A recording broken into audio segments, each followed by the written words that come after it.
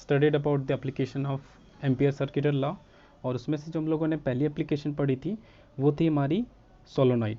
सोलोनॉइड्स में क्या था हमारा, तो इफ़ हम लोगों ने सोलोनॉइड्स के केस में क्या देखी थी, तो हम लोगों ने सोलोनॉइड्स के अंदर किसी भी पॉइंट पे फाइंड करी थी what will be the magnetic field due to current carrying solenoid, and what will be the magnetic field outside of the solenoid. हम लोगों ने आउटसाइड ऑफ द सोलोनॉइड में भी मैग्नेटिक फील्ड फाइंड करी थी, और हम लोगों ने क्या देखा था कि एम्पियर सर्किटल लॉ के अकॉर्डिंग यहाँ पे मैग्नेटिक फील्ड बी की वैल्यू 0 थी, और इनसाइड सोलोनॉइड यानी जो सिलेंड्रिकल शेप अंदर बनता है उसके अंदर जो मैग्नेटिक फील्ड की वैल्यू होगी उसकी वैल्यू जो थी वो कांस्टेंट थी, और वो कितने के बराबर थी, mu naught times n i, where n is the number of turn density, यानी कि number of turns per unit length.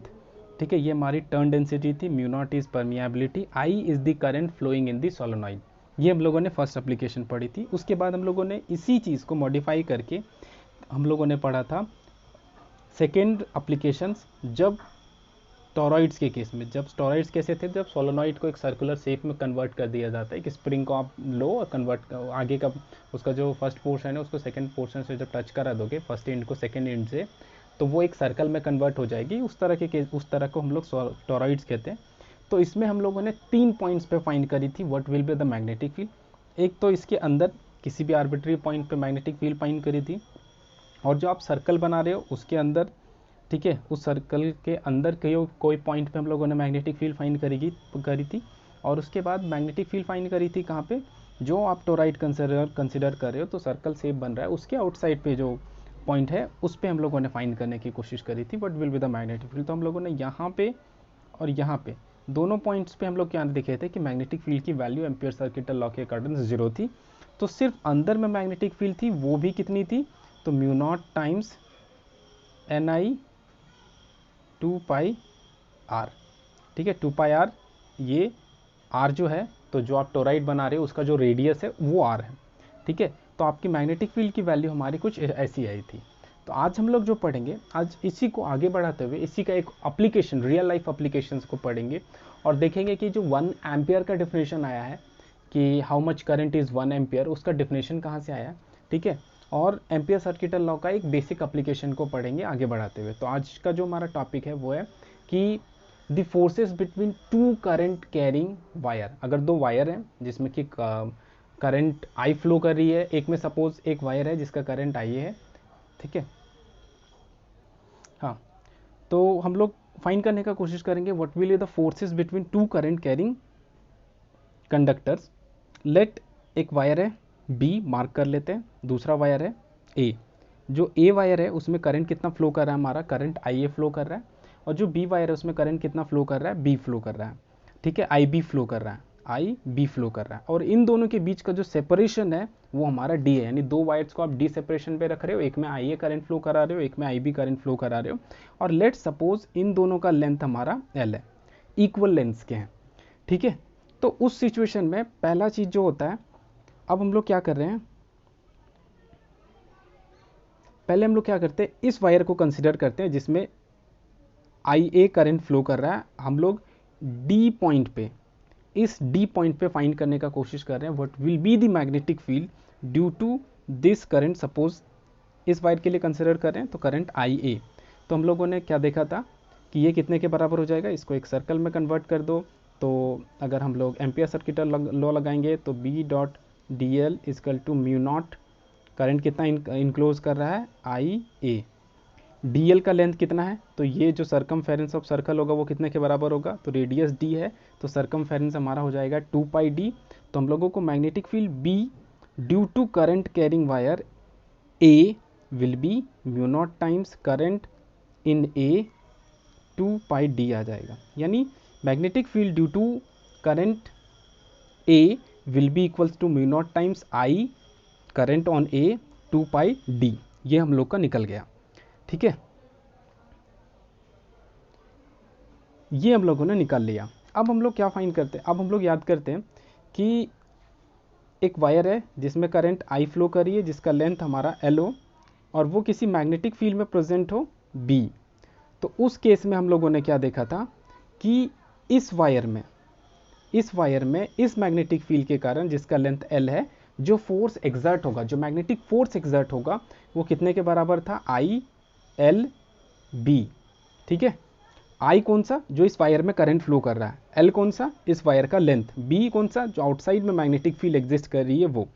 तो अब हम लोग फाइंड करते हैं यहाँ पे कि current, the force on b, ठीक है, जो आपका बी वायर है, the force on B due to current which has current i b, ठीक है, ड्यू टू मैग्नेटिक फील्ड, आपने इस वायर के कारण यहाँ पे कुछ मैग्नेटिक फील्ड पाया, ये मैग्नेटिक फील्ड इस करंट वायर पे फोर्स एक्सर्ट करेगी, तो वो कितने के बराबर हो जाएगा, I L B.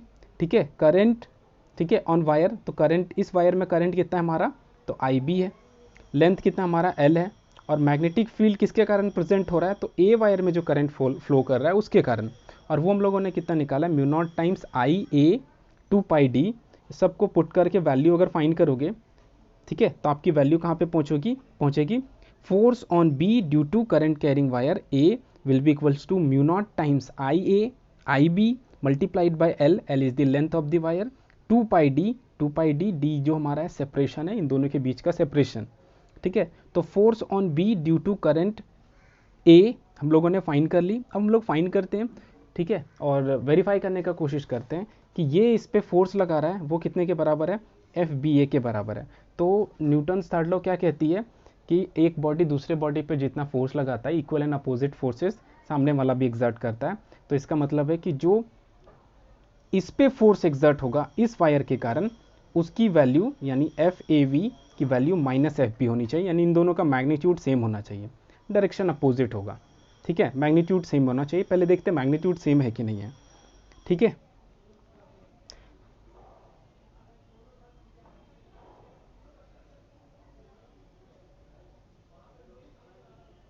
Similar method apply करेंगे, इसमें अब करंट कितना फ्लो कर रहा है, आई बी करंट फ्लो कर रहा है।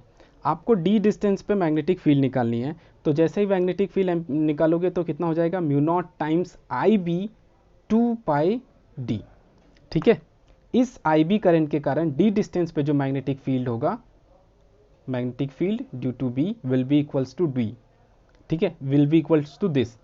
अब क्या है, एक वायर है जिसमें आई बी करंट फ्लो कर रहा है और इसके कारण मैग्नेटिक फील्ड आई बी है। ठीक है, डी डिस्टेंस पे कितना है, आई बी है। अब इसमें करंट कितना फ्लो कर रहा है, आई ए। ठीक है, जिसका लेंथ हमारा कितना है, एल है। तो इस आई ए करंट पे जिसका लेंथ एल है, उसका इस मैग्नेटिक फील्ड के कारण जो इस पे फोर्स एग्जर्ट होगा वो कितने के बराबर होता है, आई एल बी। तो इस वायर में करंट कितना फ्लो कर रहा है, आई ए, और ये मैग्नेटिक फील्ड किसके कारण है, बी के कारण है। फिर से हम लोग जब ये कैलकुलेट करेंगे तो हम लोग क्या देखेंगे कि जो एफ ए बी है उसकी वैल्यू आ जाती है mu naught times i a i b l 2 pi d. तो हम लोग क्या देखते हैं कि जो हमारा पहले का जो फोर्स ये इस पे एग्जर्ट कर रहा था और ये फोर्स जो इस पे एग्जर्ट कर रहा है, दोनों के मैग्नीट्यूड्स क्या हमारे सेम आ रहे हैं। दोनों के मैग्नीट्यूड कितने के बराबर है, mu naught i a i b l 2 pi D के बराबर है। ठीक है, इसका मतलब है कि जो न्यूटन्स का थर्ड लॉ है वहाँ ये यहाँ पे एकदम से काम कर रहा है, क्योंकि हम लोगों ने कैलकुलेशन में भी देखा कि जो फोर्स फर्स्ट सेकेंड पे लगा रहा है और जो फोर्स सेकेंड फर्स्ट पे लगा रहा है, दोनों के मैग्नीट्यूड सेम है, पर डायरेक्शन ऑफ कोर्स अपोजिट होगा। एक इसका इधर से फोर्स लगा रहा होगा, एक इधर से फोर्स लगा रहा होगा, इसलिए यहाँ पे एक नेगेटिव साइन डालेंगे, वो बताने का काम करती है कि जो डायरेक्शन है 1 से 2 और 2 से 1 का है। अब जो नोट डाउन करने वाली चीज़ क्या है, आप 2 वायर रख रहे थे, दोनों में करंट एक ही डायरेक्शन में फ्लो कर रहा था। ठीक है, तो उसमें जो फोर्स आया आपका वो आया कैसा नेचर का, पॉजिटिव आने का मतलब हुआ कि फोर्स कैसा हमारा अट्रैक्टिव नेचर का है। यानी 2 पैरेलल वायर्स अगर कुछ सेपरेशन से सेपरेटेड हैं तो ये दोनों वायर एक दूसरे को क्या करेंगे, अट्रैक्ट करेंगे। ठीक है, अब अगर केस रिवर्स कर दिया जाए, एक वायर ऐसा है जिसमें करंट इधर फ्लो कर रहा है, एक वायर है जिसमें करंट ऐसा फ्लो कर रहा है, तो अगर आप आई ए को पॉजिटिव लोगे तो इसको नेगेटिव लेना होगा, और इस सिचुएशन में जो फोर्स आएगा वो आपका नेगेटिव आ जाएगा। और नेगेटिव कहने का मतलब हुआ कि ये जो इन दोनों के बीच में जो फोर्सेस हैं, ठीक है, वो हमारा कैसा है, रिपेलिंग नेचर का है। इसका मतलब है कि 2 वायर्स जिसमें एंटी पैरेलल करंट्स हो, ठीक है, उस सिचुएशन पे ये दोनों वायर एक दूसरे को रिपेल करने का काम करेंगे। यानी कि like currents attract each other and unlike currents ripple each other. Charge के केसेस में क्या था कि like charges repel each other, unlike charges attract each other. पर यहाँ केस थोड़ा रिवर्स हो जा रहा है, लाइक वाले अट्रैक्ट करेंगे, अनलाइक वाले रिपेल करेंगे। Okay okay. और अगर हम लोग एक टर्म डिफाइन करना चाहे, फोर्स पर यूनिट लेंथ, हम लोग लेंथ से इंडिपेंडेंट करना चाहते हैं। दो वायर है जिसका आपने एल लेंथ लिया, तो उस सिचुएशन में जो फोर्स एक्सर्ट हो रही है सो लेंथ डिपेंडेंट। आप चाहते हो कि लेंथ इंडिपेंडेंट हो जाए, तो आप क्या करोगे कि फोर्स पर यूनिट लेंथ निकाल दो, यानी एफ बाई एल कर दोगे, तो ये एल वाला टर्म्स हट जाएगा और आपके पास क्या बचेगा, force per unit length is equal to mu naught i a i b 2 pi d. ठीक है, d is the separation between these two wire, current I is the current on first, IB is the current on second, mu naught is the permeability of whole medium and D is the separation between these two। तो force per unit length in दोनों cases के बीच में जो आपका आएगा वो हमारा ये आएगा। अब एक टर्म रह जाता है कि definition of ampere, 1 ampere define कैसे होती है। तो 1 एम्पियर डिफाइन कैसे होती है, दो वायर्स है, इन दोनों के बीच का सेपरेशन 1 मीटर है। सपोज जो वायर आप यूज़ कर रहे हैं उसका क्रॉस सेक्शनल एरिया एकदम नेग्लिजिबल है। नेग्लिजिबल है मतलब कि ये जो वायर है उसका फ्रंटल क्रॉस सेक्शन देखो, तो ये जो फ्रंटल क्रॉस सेक्शन है वो सपोज एकदम नेग्लिजिबल है, मतलब बहुत ही पतली सी वायर है। ठीक है, और इन दोनों के बीच का सेपरेशन 1 मीटर, यानी डी की वैल्यू कितनी है, 1 है। ठीक है, तो उस सिचुएशन में 1 एम्पियर का जो डिफिनेशन होता है वो क्या होता है कि इन दोनों के बीच का सेपरेशन अगर 1 मीटर हो। ठीक है, हाँ, तो अब बात आती है कि डिफिनेशन ऑफ 1 एम्पियर।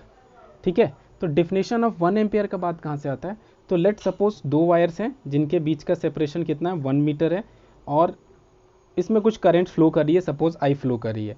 तो अगर इन दोनों में कुछ करंट आई फ्लो कर रही है और अगर इन दोनों के बीच का फोर्स, ठीक है, 2 × 10⁻⁻7 न्यूटन के बराबर है, तो जो इतनी फोर्स प्रोड्यूस करेगी 1 मीटर डिस्टेंस रखने पे, उस करंट आई को हम लोग 1 एम्पियर कहेंगे। ठीक है, तो 1 एम्पियर का जो मेजरमेंट लिया गया वो यहाँ से लिया गया।